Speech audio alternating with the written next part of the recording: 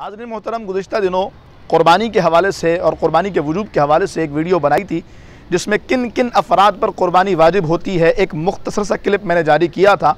लोगों के फिर फीडबैक्स आए और उसमें फिर लोगों ने ये तकाज़ा किया कि कुछ ऐसी इस्तिलाही शरीयत मैंने उसमें इस्तेमाल की थी जिसकी अगर मज़ीद वजाहत हो जाए तो लोगों को समझने में आसानी हो। तो मैं थोड़ी सी वजाहत दे करके उसके बाद उन इस्तिलाही शरीयत की तरफ आता हूँ। मामला ये है कि क़ुरबानी का निसाब जो इस साल सन 2020 में है यानी 1441 से हिजरी में है वो तकरीबन 55,000 रुपये इससे ज़्यादा की मालियत है। क़ुरबानी में और ज़कात में फ़र्क ये है कि ज़कात में दो ऐसी शराइत हैं जो क़ुरबानी में नहीं है। एक तो माले नामी होना और दूसरा साल गुज़रना। ये बात तो आसान थी कि साल गुज़रना यानी क़ुरबानी में अगर किसी बंदे के पास क़ुरबानी के दिन भी इतनी मालियत आ जाती है तो उस पर क़ुरबानी वाजिब होगी, जबकि ज़कात के लिए निसाब को पूरा साल गुज़रना शर्त होता है। दूसरी जो बात मैंने बयान की थी वो माले नामी होना, यानी ज़कात में जो मालियत है उसका माले नामी होना ज़रूरी है। ये माले नामी क्या है?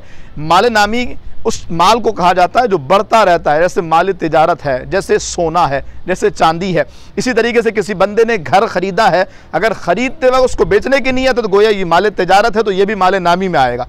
तो ज़कात के लिए माल का माल नामी होना भी ज़रूरी है, जबकि क़ुरबानी के लिए माल का माल नामी होना ज़रूरी नहीं है। इसीलिए अगर किसी बंदे ने अपने इजाफ़ी घर ख़रीदे हुए हैं जो उसके इस्तेमाल में नहीं है तो फिर या फिर किराए पे दिया हुआ है तो चूँकि वो माल तिजारत तो अगरचे नहीं है लेकिन चूँकि क़ुरबानी में माल नामी की शर्त भी नहीं है, इसलिए क़ुरबानी उस घर की वजह कर बंदे पर वाजिब हो जाएगी। तो माल नामी होना ज़रूरी नहीं है, बस वो सामान जो हाजत असलिया से ज़ायद हो बंदे के पास मौजूद है और उसकी मालियत 55,000 रुपये से ज़्यादा की इस दौर के एतबार से बन रही है, उस पर क़ुरबानी वाजिब होगी। अब हाजत असलिया क्या चीज़ है?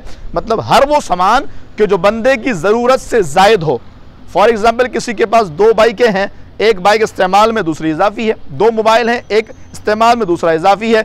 कपड़े ऐसे हैं जो मैंने मिसाल भी दी थी, हमारे यहाँ ख़वातीन जो शादियों में यानी अपनी शादियों में जो महंगे तरीन बारात और वलीमे के सूट्स पहनती हैं वो ज़िंदगी में एक ही बार पहनती है, उसके बाद रुखा जाते हैं। तो ये हाजत असलिया से ज़ायद है यानी इजाफी हैं। तो फिर इन माल पर इसी तरीके से जहेज़ में फ्रिज मिला है, सामान मिला है, वो इस्तेमाल में नहीं है, यूँ ही रखा हुआ है। बल्कि उलमा ने ये तक कहा किसी का बड़ा घर है, आधा घर इस्तेमाल में आधा यूँ ही पड़ा हुआ है, अगर उसकी मालियत भी निसाब को पहुँचती है तो बंदे पर क़ुरबानी वाजिब होगी। ये वो दो इस्तना थी जो मैंने इस्तेमाल की थी, एक हाजत असलिया, दूसरा माल नामी। मजीद अगर कोई सवाल हो तो आप मेरे यूट्यूब चैनल पे या फेसबुक पर कर सकते हैं, इंशाअल्लाह उसको भी वीडियो क्लिप की सूरत में जारी किया जाएगा।